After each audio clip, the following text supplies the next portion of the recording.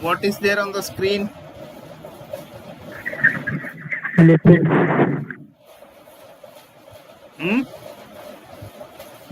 Cheese. Cheese, and then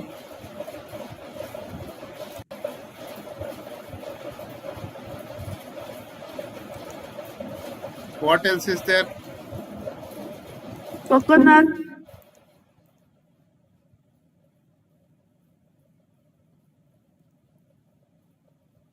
Coconut, and so you have so many things here: cheese, coconut, oils, okay, cashews, and then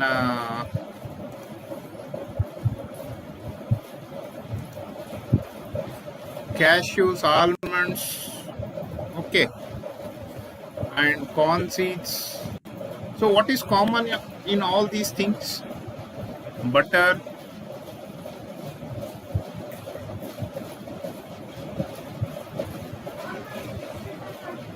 what is common in all the things that are visible?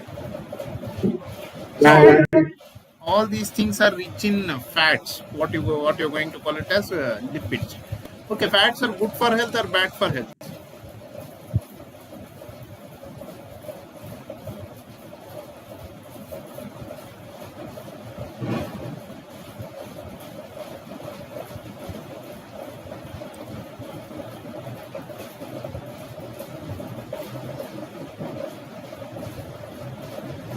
Whether fats are good or bad for health?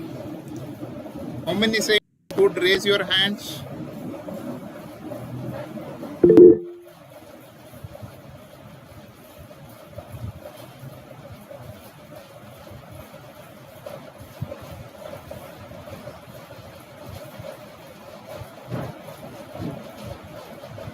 One, two, three, 4, 5, 6.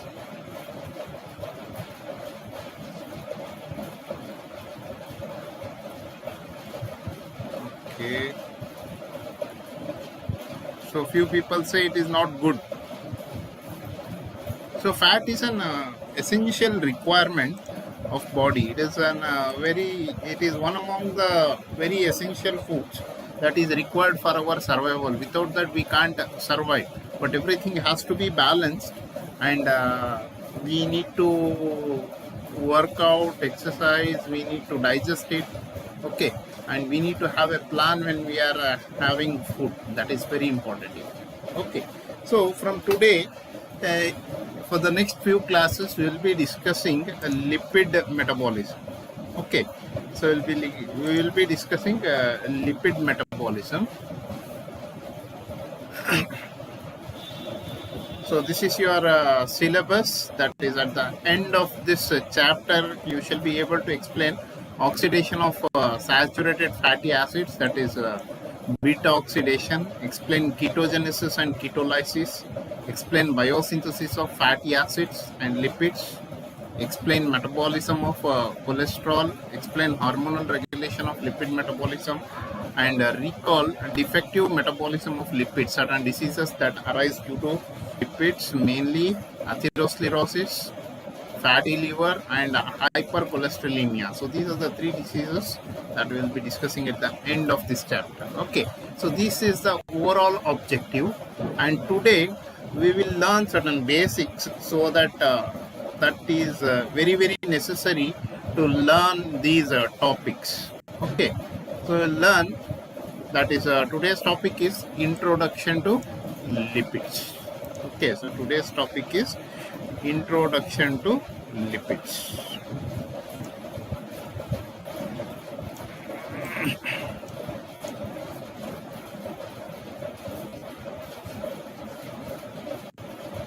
Okay, so at the end of today's class, you people will be able to define what are lipids, define fatty acids, explain properties of fats and oils, and you'll see, so we will learn like why the fats are liquid or solids and oils are liquid in nature, explain role of lipids in cell membrane.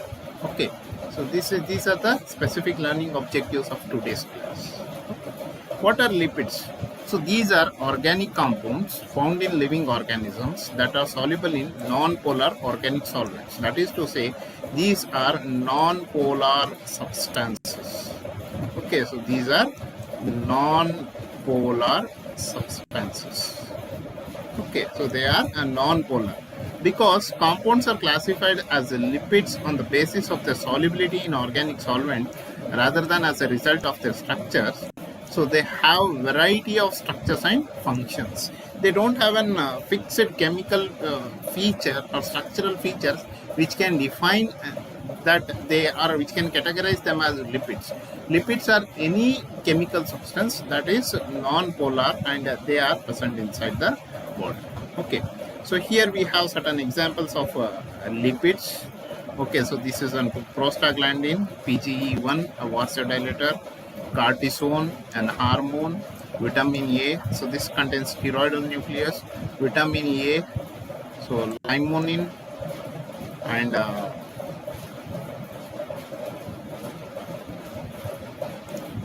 so you have fat, that is triesterin. So these are all categorized under lipids. So if you look at these compounds, so they don't have any common structural features. All these are non-polar components which are soluble in non-polar solvents. Okay, so the solubility of lipids in non-polar organic solvents, that results from their higher amount of hydrocarbon components. So that is why this higher amount of hydrocarbon components, so mainly if you look at this part of the structure and the spheroidal nucleus, okay, so they all contain hydrocarbons, hydrogen and carbon in larger proportion. Due to that makes them non-polar and they are soluble in non-polar organic solvents.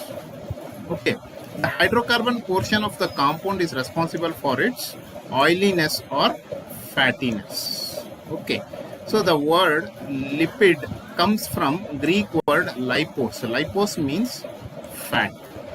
Okay. So what are fatty acids? Fatty acids are carboxylic acid with long chain hydrocarbons. Okay, so it contains long hydrocarbon chains. So these are carboxylic acids with long hydrocarbon chains. These are derived from acetates. Okay, so the smallest fatty acid, or they are the derivatives of acetate, which is a 3-carbon fragment. So sorry, 2-carbon fragment. It contains CH3COOH or acetic acid, what you're going to call it as. Okay, you go on adding methylene groups to this. So what happens? It forms fatty acids. Okay, so it forms fatty acids. So fatty acids can be saturated by hydrogen. So they have no carbon-carbon double bonds. Okay, so these fatty acids can be saturated or unsaturated. Okay, so they are called as saturated when they have double bonds, and they are called as when they do not have double bonds, and they are called as unsaturated when they have double bond, that is at least one double bond in their chemical structures. Okay, fatty acids with more than one double bond are called as polyunsaturated fatty acids. Okay, so double bond in naturally occurring unsaturated fatty acids are never conjugated. Okay, so they are never conjugated. Conjugated means alternative double bonds. So they do not have conjugated double bond. So they are separated at least by one methylene groups. Okay, so here you have the chemical structures of a few naturally occurring fatty acids. Okay, so these are saturated fatty acids. So the smallest fatty acid is a lauric acid. It contains 12 carbon atoms. So 1, 2, 3, 4, 5, 6, 7, 8, 9, 10, 11 and 12. So that is lauric acid. Okay, and then myristic acid, you add 2 more CH2 groups to this, so it becomes myristic acid. You add 2 more, then it becomes 16 carbon containing fatty acid, it becomes palmitic acid. You add 2 more, then 18 carbon containing fatty acid, stearic acid. and 20 carbon containing saturated fatty acid is called as arachidic acid. Okay, so here one important feature of these saturated fatty acids is the physical property of fatty acids depend upon the length of the carbon chain and degree of unsaturation. In case of saturated fatty acid, so if you look at this, the melting point goes on increasing as the number of carbon atoms increase in the fatty acid. As you go on adding the methylene groups, what happens? The melting point increases. So here the melting point is least in lauric acid and highest for arachidic acid. Correct? So about unsaturated fatty acids. Unsaturated fatty acids, if you look at the unsaturated fatty acids, 16 carbon containing fatty acid, so this is called as palmitoleic acid. Okay, so it is having one double bond. And 18 carbon containing fatty acid is called as oleic acid. It is also having one double.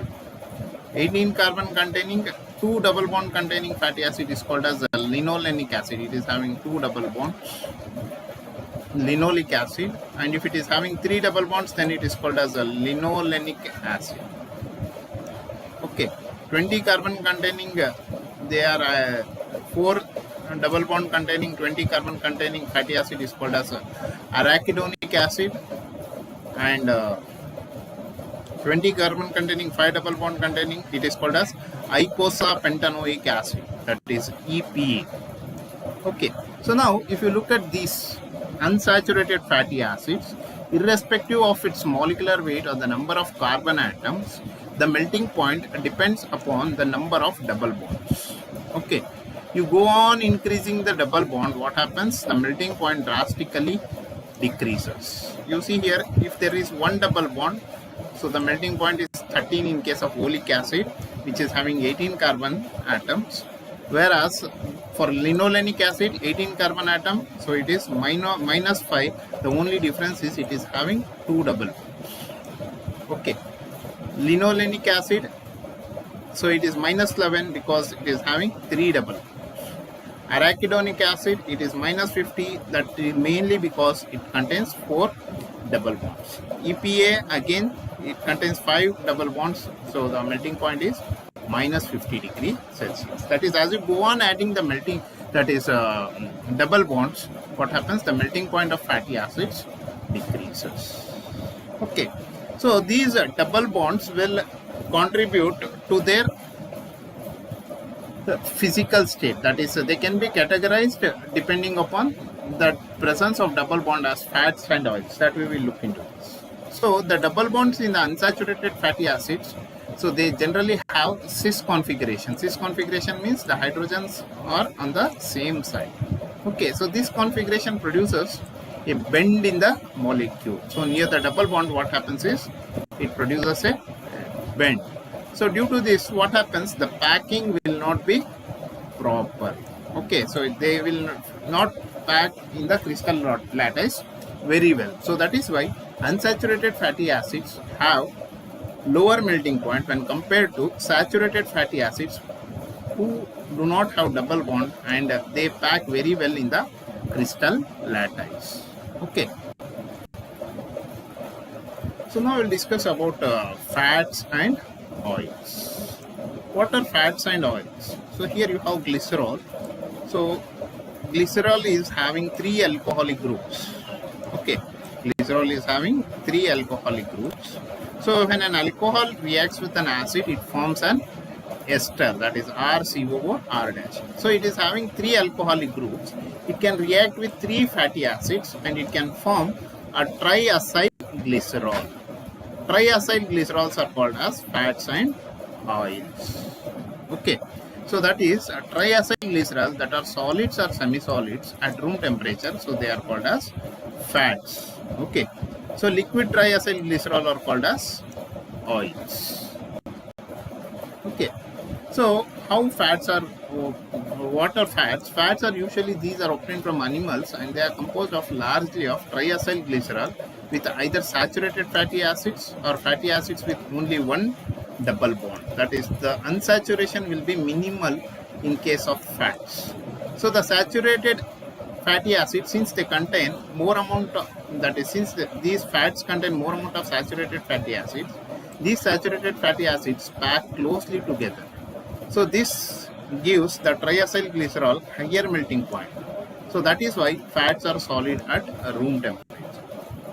In case of oils, these are derived from plant products such as corn, soya beans, olives, peanuts, and these are composed of primarily of triacyl glycerol with unsaturated fatty acid that cannot pack tightly together.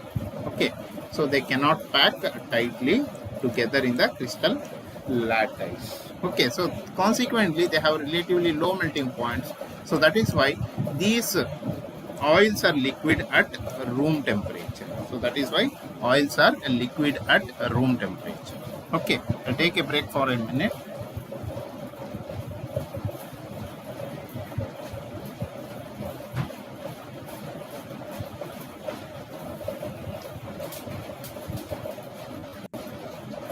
Okay, so here you have this.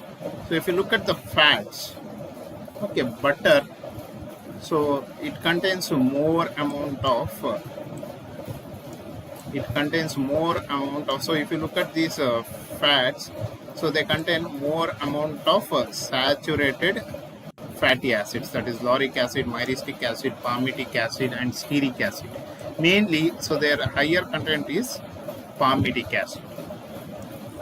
And if you look at oils, they contain more amount of unsaturated fatty acids. More the double bond, lesser is the packing of lesser is their packing in the crystal lattice. That leads to the decreased melting point. Okay, so that is why oils contain more amount of unsaturated fatty acids. So that is why they are liquids, and fats contain more amount of saturated fatty acids. So that is why they are solid at room temperature.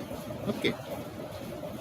So here, one of the important role of these lipids, that is fats and oil, is they are part of the cell membrane. They play a very, very important role. So they help to create the semi-permeable membrane. So they avoid movement of molecules which are not required, movement of substances which are not required inside the cell, or they prevent the movement of substances from the inside the cell to outside which are required inside the cell by creating a non-polar layer. Okay, by creating a non-polar layer which will not allow the polar substances to move outside or inside unless there is a particular gateway for the molecules to move out or in. Okay. So for biological systems to operate, some part of the organism must be separated from other parts. So that is what creates a cell. That is what makes a cell. So that is why we are solid in appearance, or else we would have been like amoeba and floating. On cellular level, the outside of the cell must be separated from the inside part of the cell. Okay. So for this purpose, the greasy or non-polar lipid membrane serve as the barrier. Okay. So also these membranes allow the selective transport of ions and organic molecules in and out of the cells. Okay. So there are various types of fatty acids so that exist in the membrane, cell membrane, few of which are, one of the important type of fatty acid is phospholipid. Phospholipid contains triacyl glycerol. The only difference is, hello? हाँ?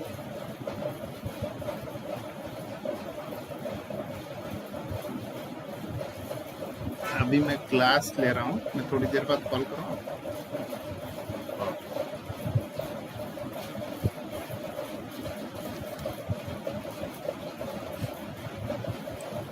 Okay, so these phospholipids,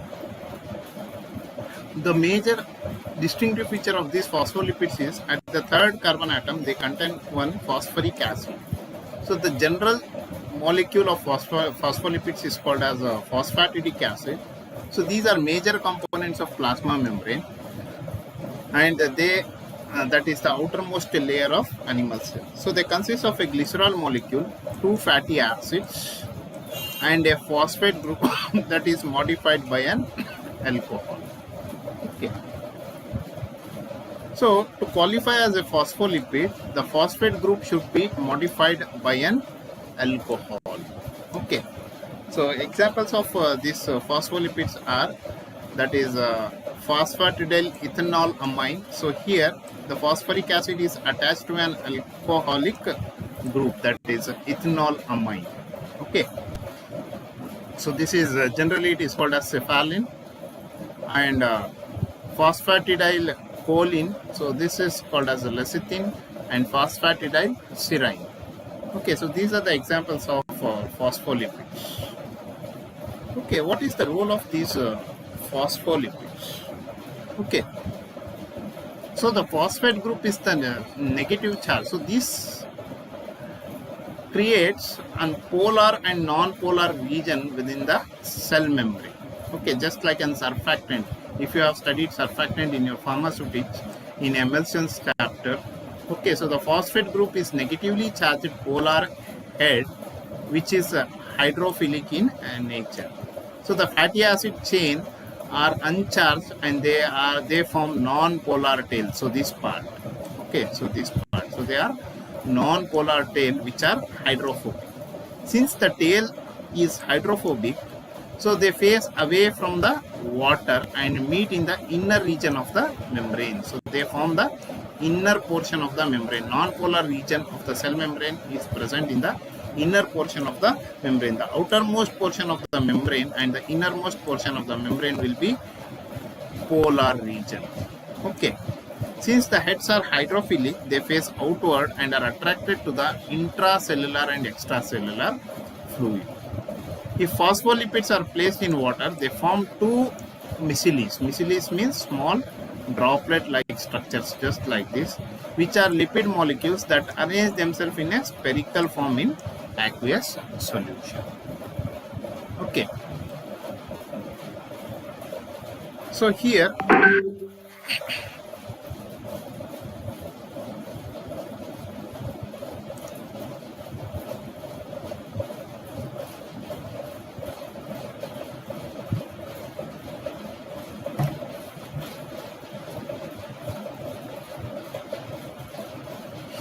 so if you look at the structure, so this is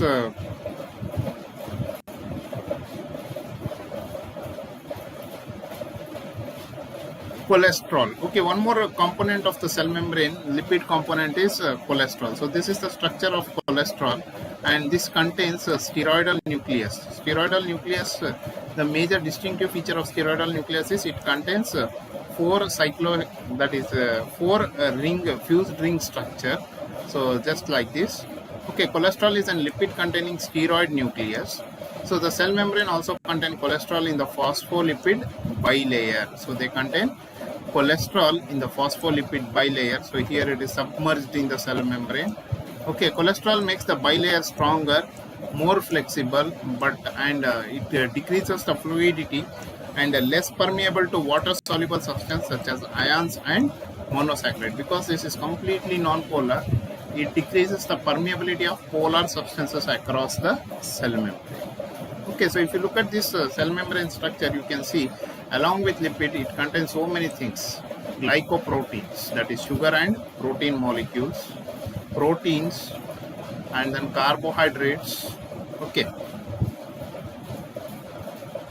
So a typical bilayer, lipid bilayer, is 50 angstrom degrees thick, and the fluidity of a membrane is controlled by fatty acid components of the phosphoacyl glycerol.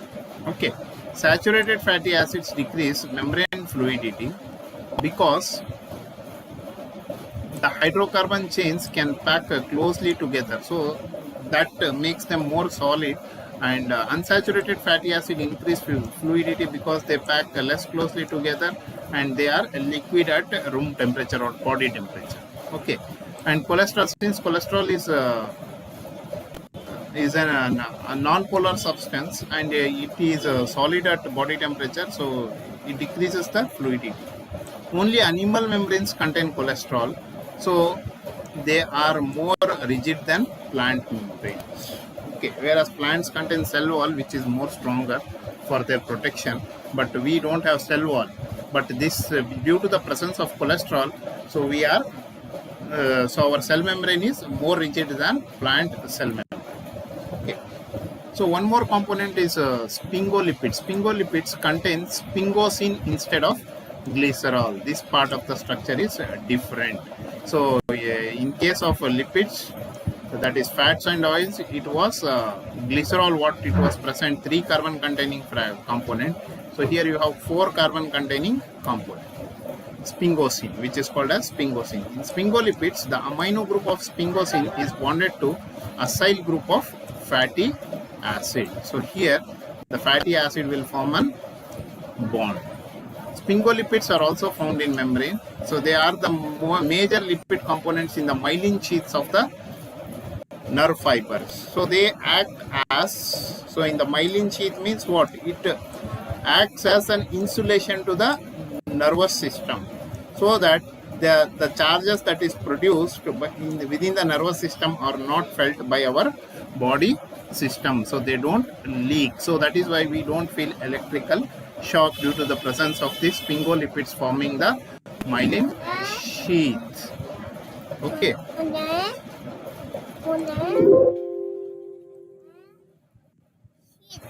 In fact, so sentiment.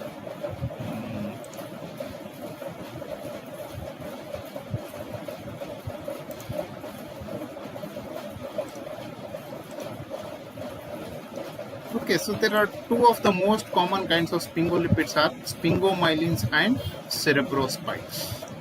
Okay, so cerebrocytes. So here you have this sphingomyelin, so which forms myelin sheath, and glucocerebrocyte, which contains glucose attached to the sphingosine molecule. Okay, in sphingomyelins, the primary OH group of sphingosine is bonded to phosphocholine molecule. So this is the phosphocholine molecule that is attached to the sphingosine. Okay, or phosphoethanolamine, similar to the bonding in lecithins and cephalins. In cerebrocytes, the primary OH group of sphingosine is bonded to a sugar residue, just like here. Sphingomyelins, so these are phospholipids because they contain phosphate group, and cerebrocytes are, on the other hand, are not phospholipids, rather they are glycolipids. Okay, so this is about a brief introduction about the lipids, so which is required for us to study the future topics that is there in your syllabus. Okay, in summary, lipids are non-polar components with variety of structural features, and fatty acids are long-chain carboxylic acids, and fats and oils are triesters of glycerol and fatty acids. Higher amount of saturated fatty acids are present in fats, and higher amount of unsaturated fatty acids are present in oils. And lipids play an important role as part of the cell membrane, and they are present in the form of phospholipids and sphingolipids, and they also help us to provide energy in the form of ATP, and they are very useful in case when the patient is and the person is starving. Okay, so that is about your today's class. If you have any questions to ask, you can ask.